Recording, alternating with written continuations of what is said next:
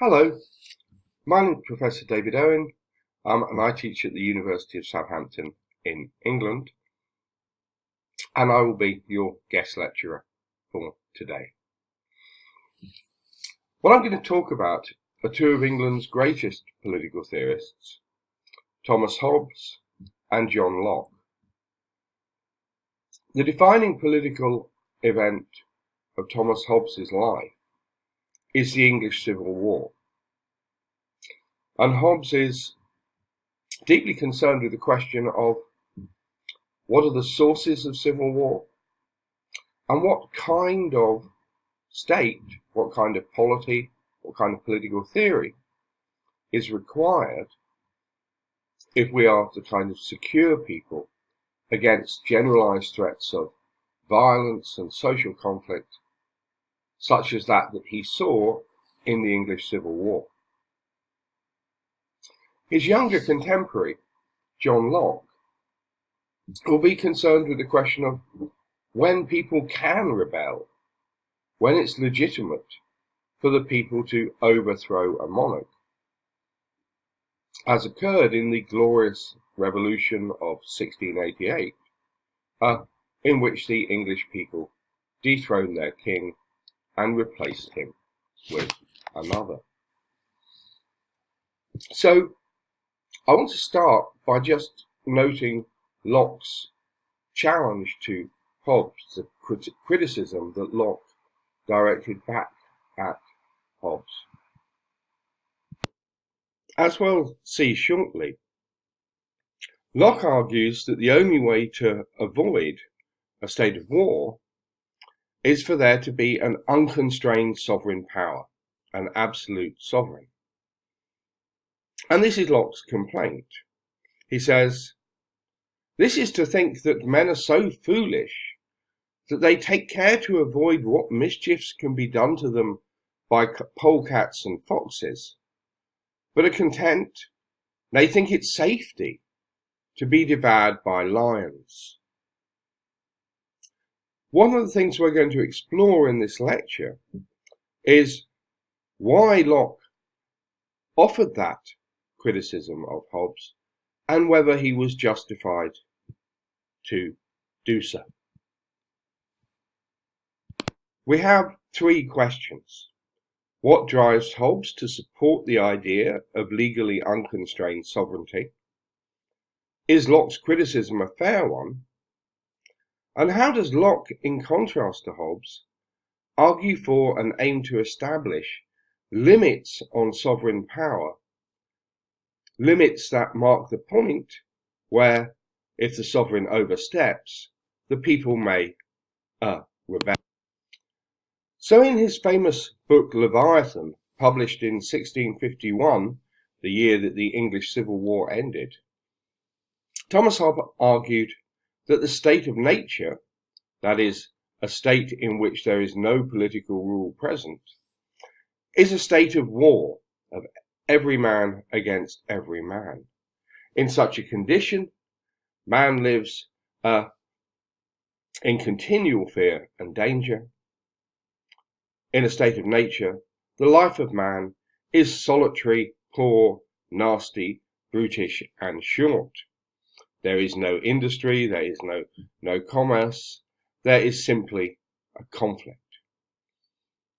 Now, Hobbes' claim is that this hypothetical state of nature gives dramatic expression to the natural condition of human beings in the absence of political rule, in the absence of what he calls the civil condition of the state, in which people submit to the rule of an absolute sovereign. So Hobbes' argument for unconditional sovereignty, for the sort of absolute rule, depends on the success of his argument that the state of nature is a state of war. This, as well, see, is an argument that Locke rejects. But why would Hobbes suppose that a state of nature must be a state of war? So in chapter 13 of Leviathan, Hobbes gives his fundamental explanation of why the state of nature is a state of conflict, a state of war. And he argues that we find three principal causes of quarrels between people. First, competition for resources, competition for different goods. Second, what he calls diffidence, that is, the inability to trust others. And thirdly, what he calls glory, self-esteem, reputation, self-regard. And he says that the first generates conflict because men invade others' goods, territory for gain. The second, diffidence, we don't trust people because they could kill us. We don't trust them as a matter of our own security. And thirdly, the cause of quarrel is for reputation, for how we are seen by others. So let's consider each of these sources of conflict. First is competition. Hobbes' thought here is a simple one. Human beings seek to satisfy their desires and to secure their ability to satisfy their future desires. In this sense, we are concerned with power. We're concerned with our power to satisfy our desires. But what power I have is conditional on what power you have. My ability to obtain things and to hold on to them against others is sufficient only if my power is greater than yours. In other words, in order to gain objects, goods, and hold on to them, I have to secure more and more power to ensure that I am capable of resisting anybody seeking to remove things from me. So Hobbes says, there is then a general inclination of all mankind, a perpetual and restless desire of power after power that ceaseth only in death. And it's this permanently unsatisfied desire for power that's the key to understanding why people compete for resources. If the only way I can ensure, as it were, the security of my own goods and my future ability to pursue my desires is to have more power than you, then I have to keep acquiring power, and as you seek acquiring more power, and we're driven in this kind of sort of logic of acquisition of power endlessly. The second source of quarrel is diffidence, or our inability to trust others. People in the state of nature, Hobbes says, realize that their lives are conditioned by two fundamental premises. First, as we've just seen, they're natural competitors for power and the resources needed to increase it. Second, and crucially, no one can assume a natural superiority in this condition. In other words, human beings, however unequal they are in other respects, are roughly equal in their ability to kill one another. So Hobbes says, for as to the strength of body, the weakest have enough strength to kill the strongest, either by secret machination or by confederacy with others that are in the same danger with himself. So the combination of those factors creates a climate of mutual fear, which drives people to attack one another by the logic of the situation, no matter what their motives. If someone fears that he might be attacked, then striking first is a safer option than standing on defense, as it's difficult to be constantly on the alert against machinations and confederacies. And one has reasonable grounds to fear an attack, because one understands that others reason similarly, and so one might want to anticipate one's future attack on them, and so on, ad infinitum. In the language of kind of rational choice theory, this is kind of a prisoner's dilemma game. You can cooperate or defect. But if I don't know what you're going to do, it makes sense for me to defect. It makes sense for me, as it were, to attack before you do. And that produces a suboptimal outcome for everyone. But within the logic of the situation, it's the rational thing to do. The third source of quarrel, and in many ways the most troubling for Hobbes, and the one that he saw as fundamentally leading to the English Civil War, is glory. Glory he defines as joy arising from imagination of a man's own power and ability.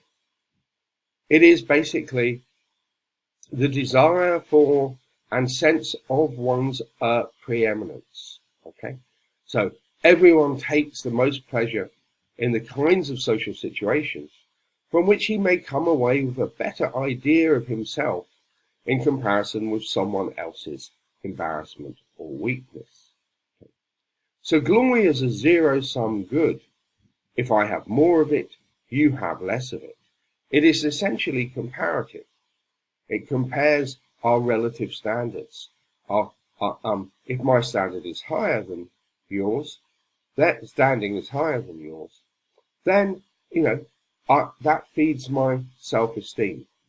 And human beings, Hobbes argues, are driven by the desire for the enjoyment of a high self-esteem that depends on favourable comparisons with others.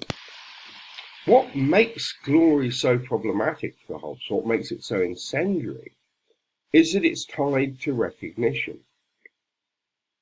The thought here is that my desire for high self-opinion and self-esteem requires that others recognize me at my own valuing of myself. Okay. I desire that you should acknowledge, that you should recognize, my superiority, my virtues, my excellencies, that you should, as it were, endorse my opinion of myself. If you don't, I experience that as insult, and I am prepared to, challenge you to a duel, since we're in 17th century England. So, to fight you in order to secure that recognition of my. Now, the reason that this matters for Hobbes is because the first two causes of quarrel, that is, competition and diffidence, are simply about sort of generating security for ourselves. Security of access to goods and not having them stolen from us, and security of our person in relationship to others. So there's a kind of politics of interest here, based on hopes for what Hobbes calls pleasures of the body, it's security of self and of goods. But glory is different. Glory leads to the need for a kind of politics of respect based on honor. And it's that desire for honor that Hobbes sees as the kind of critical threat to society, or, as it were, to generate a civil war. On Hobbes's account, if you have established a state, that provides the mechanisms for giving people, property rights, security of their goods, and protection rights, so security of their persons. But what it cannot do by itself, just the mere fact of living in a, state regulated by law, is satisfy the desire for glory. That's going to require something more.